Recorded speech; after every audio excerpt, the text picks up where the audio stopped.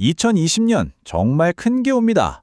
바로 우리 지갑에 직접적인 영향을 미칠 대규모 세금 개편인데요. 특히 부동산 세금이 정말 많이 바뀔 예정이라 다들 걱정이 많으실 거예요. 오늘 이 복잡한 내용 제가 누구든 쉽게 이해할 수 있도록 명쾌하게 정리해드릴 테니까요. 끝까지 집중해주세요. 야, 시작부터 정말 강렬한 한 말이죠. 이게 실제로 서울 강남에 아파트 2채를 가진 분이 하신 말씀이래요. 아마 들으시면서 저거 남일 같지 않은데 하시는 분들 꽤 계실 겁니다. 바로 이 불안감, 이게 바로 오늘 우리가 이 문제를 제대로 짚어봐야 하는 이유입니다. 이게 그냥 막연한 불안감이 아니라 이렇게 구체적인 숫자로 나타나고 있어요.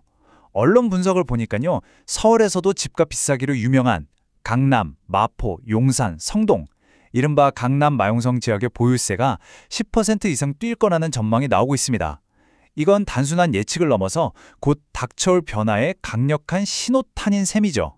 그래서 오늘은 이 5가지 순서로 2026년 세금 개편의 모든 것을 한번 제대로 파헤쳐 보겠습니다. 자, 그럼 첫 번째 이야기부터 바로 시작해 볼까요? 자, 첫 번째 순서입니다. 아니, 도대체 왜 하필 지금 이 시점에 이렇게 큰 세금 개편 이야기가 나오는 걸까요? 그 뿌리를 찾아 올라가 보면 딱 하나가 나옵니다. 바로 최근 몇 년간 무섭게 오른 공시가격 때문이에요. 이 그래프를 보시면 바로 감이 오실 거예요. 2026년 표준주택 공시가격 상승률인데요. 전국 평균도 2.51% 올랐지만 서울은 무려 4.5%, 특히 용산구 같은 곳은 6.78%나 급등했습니다. 모든 세금의 기준이 되는 게 바로 이 공시가격인데 출발선 자체가 이렇게 확 높여져 버린 거죠.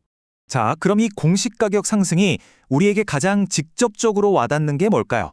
네, 맞습니다. 바로 보유세입니다. 아마 오늘 제일 궁금해하실 부분이 아닐까 싶은데요. 지금부터 이 보유세가 도대체 어떻게 구성되고 또 앞으로 어떻게 바뀌게 되는지 하나하나 뜯어보겠습니다. 우선 기본 개념부터 확실하게 잡고 가죠. 우리가 보통 보유세라고 부르는 건 사실 2가지 세금이 합쳐진 거예요. 첫째는 집이든 땅이든 부동산을 가지고 있으면 누구나 내는 재산세. 그리고 둘째는 집이 아주 비싸거나 여러 채를 가진 분들에게 추가로 더 매기는 종합부동산세, 바로 그 유명한 종부세입니다. 이 2개를 더한 게 우리가 최종적으로 내는 보유세가 되는 거죠. 자, 그럼 정부가 우리 세금 고지서를 어떻게 바꾸느냐? 3가지 레버를 당긴다고 생각하시면 아주 쉬워요. 첫 번째 레버는 아까 봤던 공시가격 자체를 올리는 거. 두 번째 레버는 이름이 좀 어려운데 공정시장가액 비율이라는 거예요. 이건 그냥 세금 매기기 전에 적용하는 일종의 할인율이라고 생각하세요. 이 비율을 높이면 그렇죠, 할인폭이 줄어드니까 세금은 올라가는 겁니다. 마지막 3번째 레버는 세율이 적용되는 과세표준 구간을 더 촘촘하게 쪼개는 거예요. 이렇게 되면 예전엔 낮은 세율을 냈을 사람도 더 높은 세율 구간에 걸릴 확률이 커지는 거죠. 와, 이 레버들을 동시에 확 당기면 어떻게 될까요? 한 언론사의 시뮬레이션 결과를 한번 보시죠. 이거 정말 충격적입니다.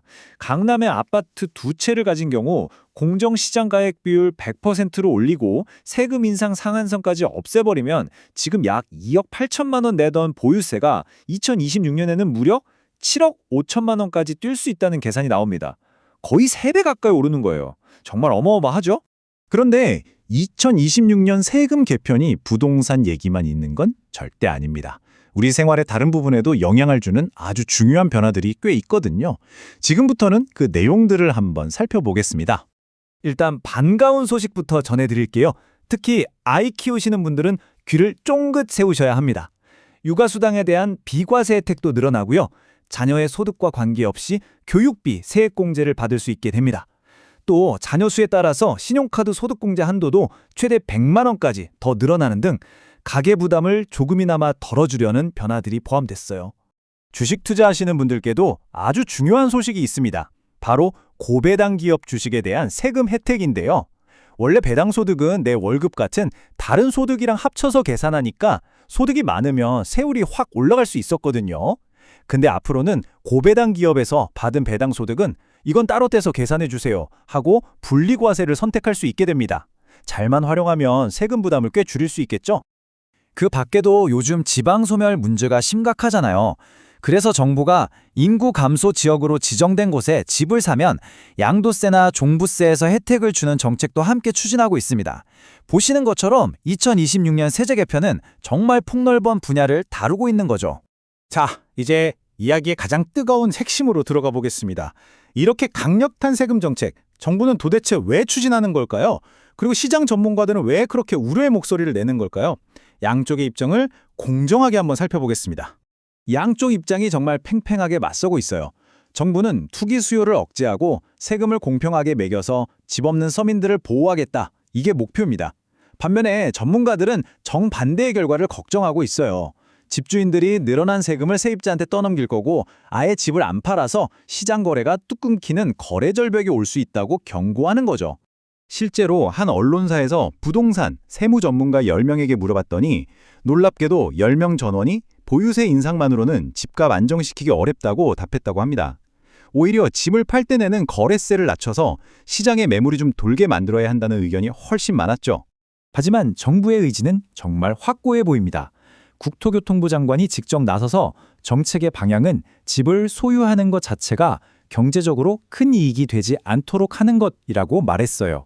투기적 수요는 확실히 잡겠다는 강력한 신호를 보낸 셈이죠. 자, 이렇게 정부와 시장의 시각이 완전히 엇갈리는 상황에서 그럼 우리는 뭘 어떻게 해야 할까요? 이 거대한 변화의 파도에 그냥 휩쓸릴 수는 없잖아요. 마지막으로 우리가 현명하게 대처하기 위해 지금부터 뭘 준비해야 하는지 딱 정리해드리겠습니다. 자, 나를 위한 2026년 세금 체크리스트입니다. 이 5가지만 꼭 기억하세요. 첫째, 내 집의 공시가격이 얼마인지 주기적으로 확인하는 습관. 이건 이제 기본 중에 기본입니다. 둘째, 세금 내는 달을 달력에 미리 표시해두세요. 재산세는 7월과 9월, 종부세는 12월입니다. 현금 흐름을 계획해야죠. 셋째, 뉴스에서 과세 표준 구간이 바뀐다는 얘기가 나오면 무조건 귀 기울이셔야 합니다. 넷째, 이제 생각의 전환이 필요해요. 집값이 얼마나 오를까만 볼 게 아니라 매년 나가는 이 세금을 내가 감당할 수 있을까? 즉, 현금 흐름 관점에서 부동산을 봐야 합니다. 마지막으로 만약 집이 여러 채라면 이건 혼자 계산하기 정말 어려워요. 꼭 전문가의 도움을 받아서 총 세금 부담액을 미리 시뮬레이션 해보시길 강력하게 권합니다. 오늘 2026년에 다가올 세금 대개편의 핵심 내용들을 쭉 훑어봤습니다. 과연 이번 개편이 정부의 의도대로 부동산 시장의 안정제 역할을 하게 될까요? 아니면 전문가들의 우려처럼 시장을 꽁꽁 얼어붙게 만들고 또 다른 변화를 불러오는 촉매제가 될까요?